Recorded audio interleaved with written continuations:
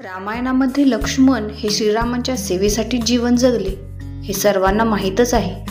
लक्ष्मण आजही त्यांच्या त्याग आणि निस्वार्थ भक्तीसाठी स्मरणात आहेत. लक्ष्मण हे रामायणातील एक असे पात्र आहे ज्यांच्याबद्दल आजही लोकांना खूप कमी माहिती आहे.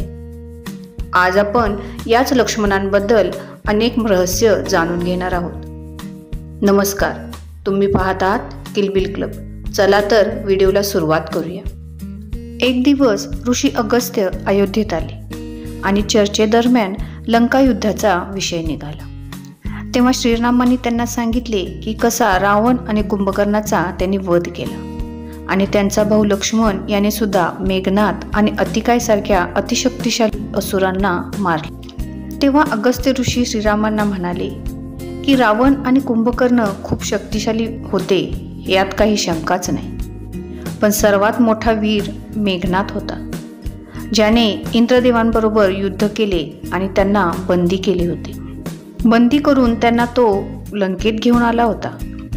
तेव्हा इंद्रदेवांच्या सुटकेसाठी ब्रह्मदेवांना मेघनादकडे यावे लागले होते आणि त्यांना दान म्हणून इंद्रदेवांची सुटका करून घ्यावी लागली होती. आणि तेव्हाच ब्रह्मदेवांनी मेघनादला इंद्रजित असे नाव दिले आणि अशा वीराला लक्ष्मणांनी मारले आणि फक्त तेच त्याचा संहार करू शकत होते. अगस्त्य मुनींच्या तोंडून लक्ष्मणजींची प्रशंसा ऐकून श्रीरामांना खूप आनंद झाला. पण त्यांना आश्चर्य पण वाटले की अशी कोणती गोष्ट होती की फक्त लक्ष्मणच त्यांना मारू शकत होते. ही शंका त्यांनी अगस्त्य मुनींना विचारली. तेव्हा अगस्त्य मुनींनी सांगितले की मेघनादला वरदान होते की त्याचा वध फक्त असा व्यक्ती करू शकेल ज्याने 14 वर्ष कोणत्याही स्त्रीचे तोंड बघितले नाही आणि ज्याने 14 वर्ष कोणतेच अन्न खाल्ले नाही आणि जो गुडाकेश असेल. गुडाकेश म्हणजे ज्याने झोपेला पराजित केले आहे. त्यानंतर श्रीराम म्हणाले, असे कसे होऊ शकते?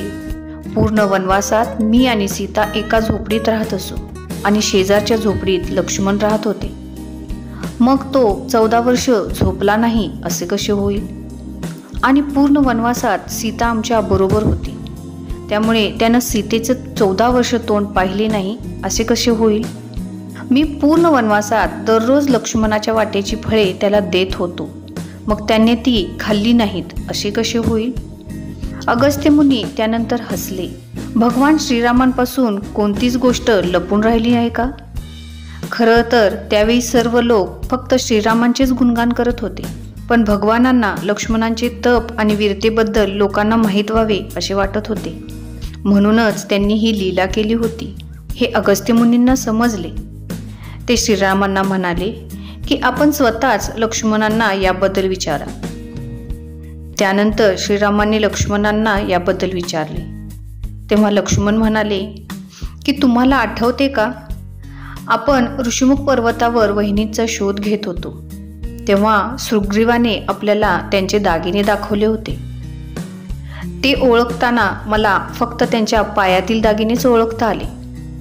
बाकीचे दागिने मी ओळखू शकलो नाही, कारण मी कधीच वहिनींना त्यांच्या पायाच्या वर पाहिले नाही. त्यामुळे 14 वर्ष मी कोणत्याही स्त्रीचे मुख पाहिले नाही. झोपेवर विजय मिळवण्याबाबत लक्ष्मण म्हणाले की तुम्ही आणि माता सीता एका झोपडीत राहत होता. मी रात्रभर धनुष्यावर बाण लावून बाहेर पहारा देत होतो. पहिल्या दिवशी निद्रादेवीने माझ्या डोळ्यावर पहारा देण्याचा प्रयत्न केला. मी त्यांना विनंती केली की 14 वर्ष मला झोप न येऊ, ज्यामुळे मी माझ्या भावाची आणि वहिनींची रक्षा करू शकेन. आणि त्यांनीही ती मान्य केली.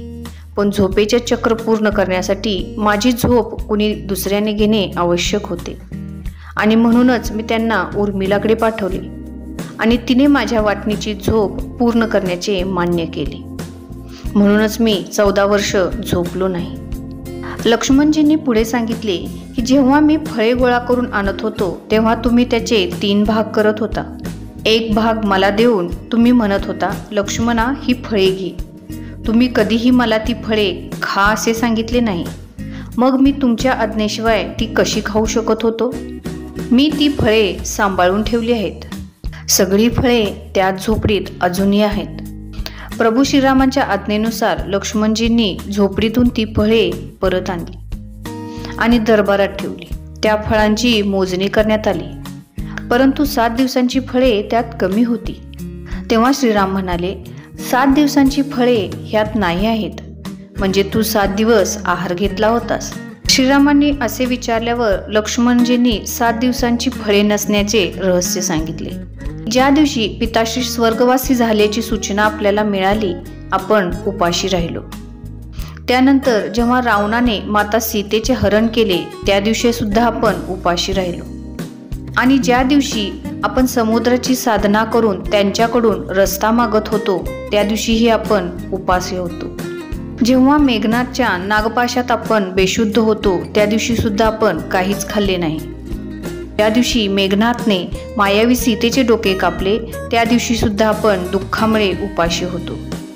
याशिवाय ज्या दिवशी इंद्रजितने मला शक्तिबाण मारला, त्या दिवशी सुद्धा, आणि ज्या दिवशी तुम्ही रावणाचा वध केला, त्या दिवशी सुद्धा आपण उपाशी होतो. या 7 दिवसात आपण दोघांनी काहीच खाल्ले नाही.